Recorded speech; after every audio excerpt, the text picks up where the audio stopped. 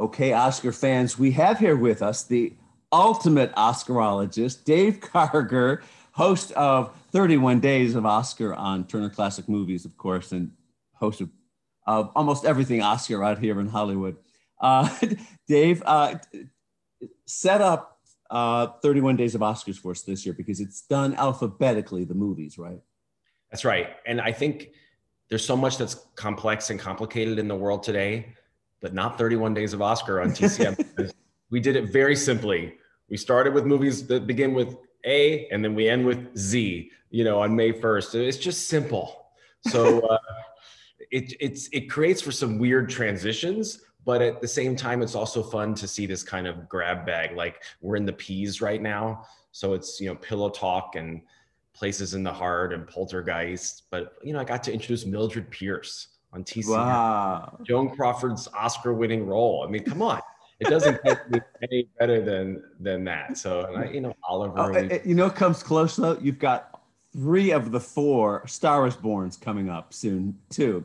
Obviously, the Lady Gaga thing is probably a little too recent, but you've got the Barbara Streisand one, the Judy one, the Janet Gaynor one. You've got all of these real gems. And in terms of recent movies, you have like Carol is in there, from 2015. So it's not just this reliance on older Oscar movies and contenders, but the whole thing. I agree. And that's one of the things that I love the most about every year when we do 31 Days of Oscar on TCM is that it allows us to kind of broaden our horizons a little bit and show, you mentioned Carol, we are also showing The Truman Show. We did The End of the Affair, the 99 version with Julianne Moore and Ralph Fiennes, Nebraska with Bruce Dern. So it's really great. And then there's actually a movie that I've already set my DVR for. I'm sure you've seen it, but I've never seen it.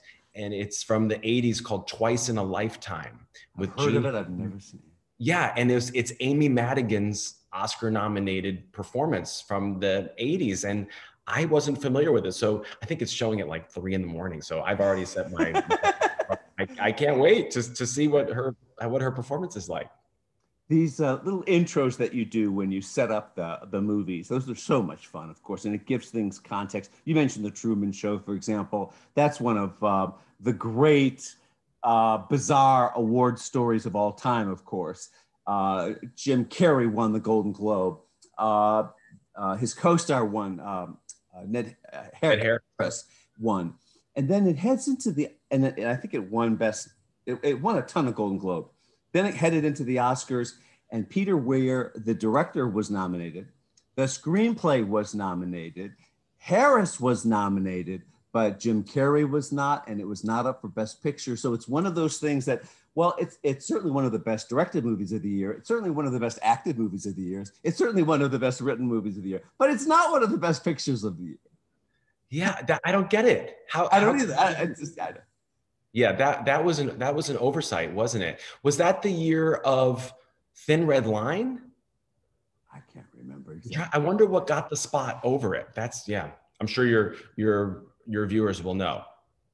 But it's one of those weird. Oh yes, we'll hear about it in the comments section, and it's the voters either sometimes totally forgive you for being a stand-up comic, like Robin Williams, and will give you an Oscar, or they won't. They'll just say, "Well, that you're not a dramatic actor," and I think that's the case of Jim Carrey there. I think you're right. Yeah, great movie though. Oh my God, it's one of the best ever, of course.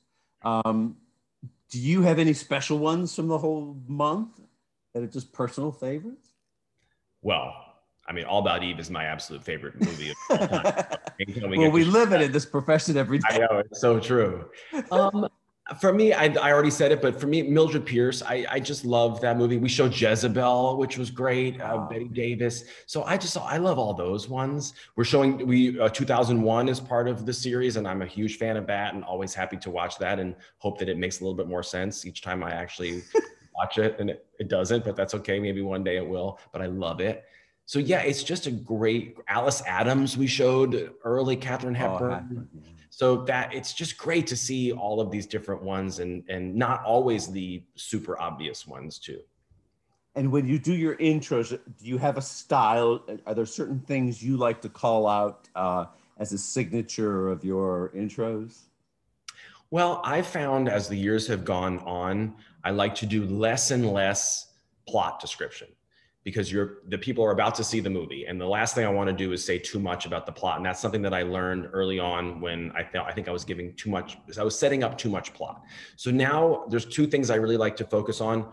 One, anything Oscar related, whether it's Oscar month or not, I'm always going to talk about an interesting statistic or a cinematographer who was nominated 13 times and never won, or things like that.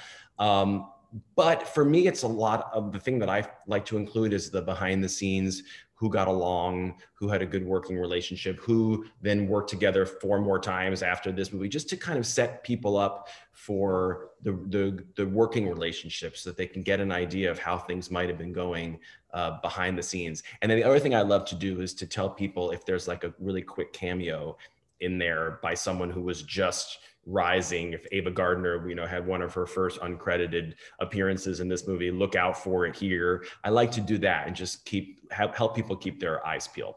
Wow. Do you know, some viewers, I'm sure you know this, Dave, but some viewers of this now, that 31 Days of Oscar won the Peabody Award years ago. And do you know that I own that? No. Yes.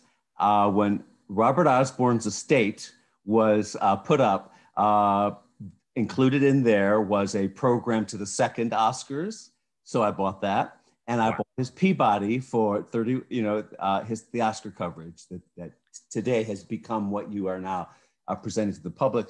And I paid $8,000 for it.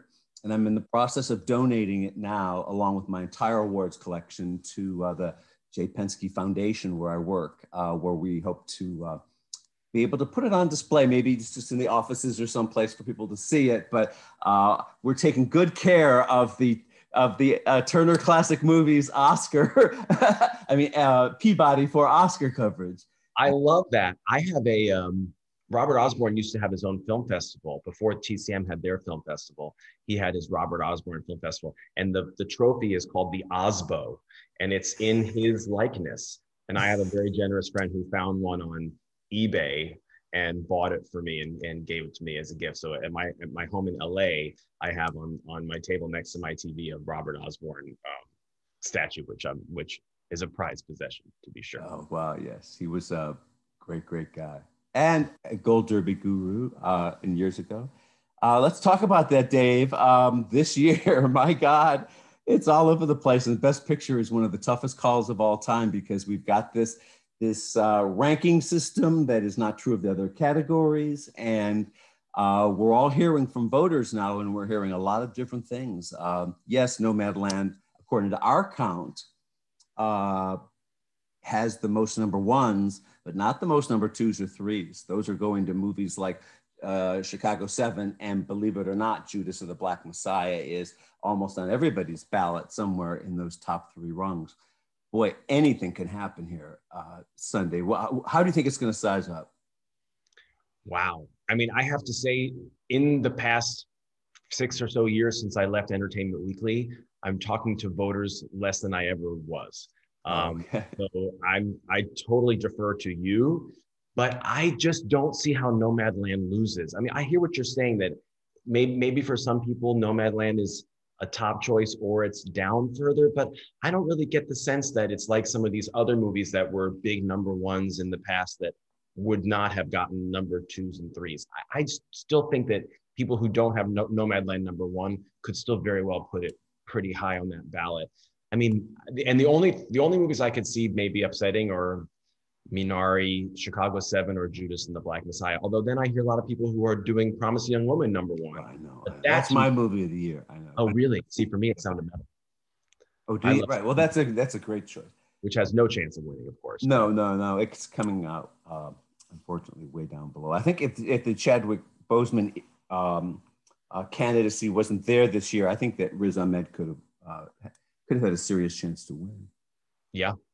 So, yeah, I mean, but I hear what you're saying, and I do think that, I mean, I think you would agree that Chloe Zhao, I mean, she's got it in the bag. Oh, yeah, that's absolutely loaded. And so is supporting actor, I think, with Daniel Kaluuya. And I think the supporting actors probably is too, with the grandmother from Minari. She likes to say, just call me YJ. YJ. And But boy, those and Chadwick Boseman, of course, will win. But that Best Actress category, I could change my prediction every 5 minutes. It's so funny because I mean, if I had a vote, I might even vote Vanessa Kirby, but of course she doesn't have, and I really unfortunately don't think Andrew Day has as much of a chance. But so let's say it's the other three. I am so with you, Tom. I'm like, okay, you know what? It actually makes sense that Frances McDormand will win. It actually makes sense that Viola Davis will win. No, it makes sense that Carey Mulligan will actually pull out an upset. I'm less and less bullish now on Carey Mulligan. I would love to see her win because I just think it would be so exciting for her and for the movie. But I'm just getting the sense that it's maybe between the other two, and I'm thinking it's going to be Viola Davis. What's your current thinking? Well, I'm being very selfish this year, and I'm sticking with Carey Mulligan. I know that's not a traditional. It may seem like a commercial film compared to these very artistic films that it's side by side. But boy, oh boy, it's a real transformative performance. And you know what I love, and I'm sure you do too. One of the great things about the whole Oscar process is how it sometimes is a stand-in for, let's say, like Jennifer Lawrence, the year of Silver Linings Playbook. She also had Hunger Games. It was like a coronation of a rising star. And when those moments are always so great when they happen. And this year, Carey Mulligan strikes me as one of those actresses that they've been dying to give an award to. You know what I mean? So I just think this is an opportunity for them to do that. But yet I'm very tempted to go with Andrew Day. We've been counting votes again. She has the most number. She's in a tie with someone else according to the votes but we only had less than 15 votes that we've counted. So I mean, it's arbitrary, but yeah, I don't think we can count her out. So I think it's really a four-way race. And you and I I remember you had an interesting phrase. Maybe it wouldn't fly these days, but I remember having conversations with you about, by and large, the male acting winners would be these older men, you know, the James Coburns and Jack Palances of the world, you know, and then occasionally an Adrian Brody or something. And then the female Oscar winners would be these kind of like ingenue type, you know, the Mira Sorvino and Jennifer Lawrence and Emma Stone. That, to me, I think helps Carey Mulligan as a concept, but I wonder if that's not even happening as much anymore. That's not happening as much anymore because quite the opposite is happening, where they used to punish the younger, handsome men. Look, Paul Newman didn't even show up. He'd given up by the time he finally won the Oscar, remember. But they are now dropping that bias more and more. I mean, Leo DiCaprio and Brad Pitt and all of these people can now win Oscars. They're not young anymore, but I think it's a new academy in so many ways. I think we can see it on Oscar night. Do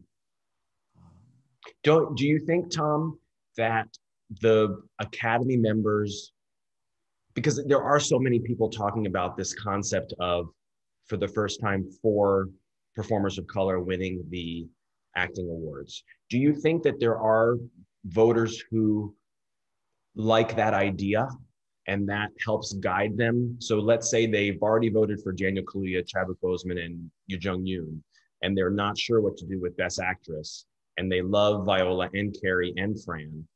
Might they vote Viola if it's a 3-way tie in their head? Might they vote Viola for the history of it? I think they might, and there's a strange pattern that's happening across all of these awards, not just the Oscars, but let's point out the obvious example that you see at the Oscars right now among the nominees, which is, for example, yes, they are picking more and more in record numbers nominees of color, but where in the Best Picture lineup is One Night in Miami? Where is Ma Rainey's Black Bottom? Yes, Judas and the Black Messiah got in there as an all-black cast movie, but it's as if, and I hope this is not a long-standing pattern, but this is also true at the Emmys and some other areas of where they are being very conscious of diversity in terms of the performers and the people they know. But when you ask them to make an abstract, it's like Dreamgirls. Remember Dreamgirls had the most nominations in Oscar history for a film not nominated for Best Picture. Well, that's because 3 of those were in Best Song. I mean, right, okay. But I hear you. Yeah. I mean, my thing with One Night in Miami and Ma Rainey's Black Bottom, both films I thought were terrific. But I think one thing they have in common is that they're theatrical, stage productions that were adapted to film without much of a difference in the style, right? And I'm not saying that's a good thing or a bad thing, but I think if you look at The Father, which is also a stage production, but had a lot more going on as far as filmmaking is concerned. So for me, the omission of Ma Rainey and One Night in Miami from Best Picture isn't, for me, I don't even look at it as far as whether it was a black cast or not. I'm looking at it as I think there are some people who still don't love it when a play is adapted to a movie and it still feels a little bit like a play. That to a lot of people is a detriment. Absolutely. We're seeing it happen right now with Hamilton being batted back and forth and slapped around by all of these awards.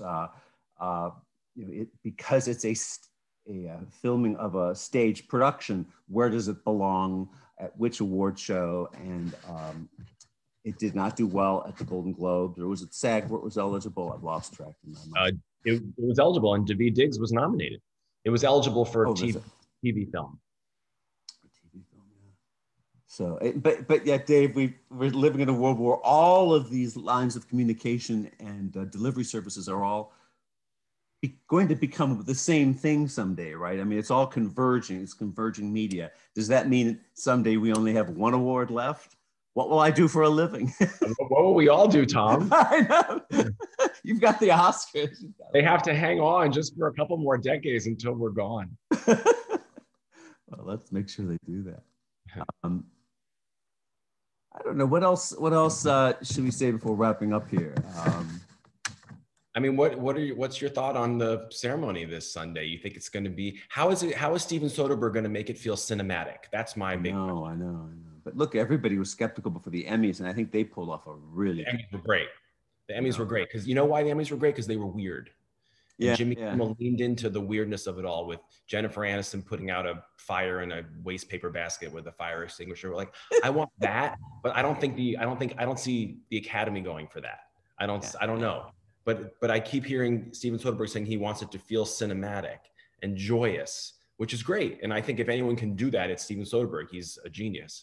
But I'm just very curious to see how that actually manifests itself.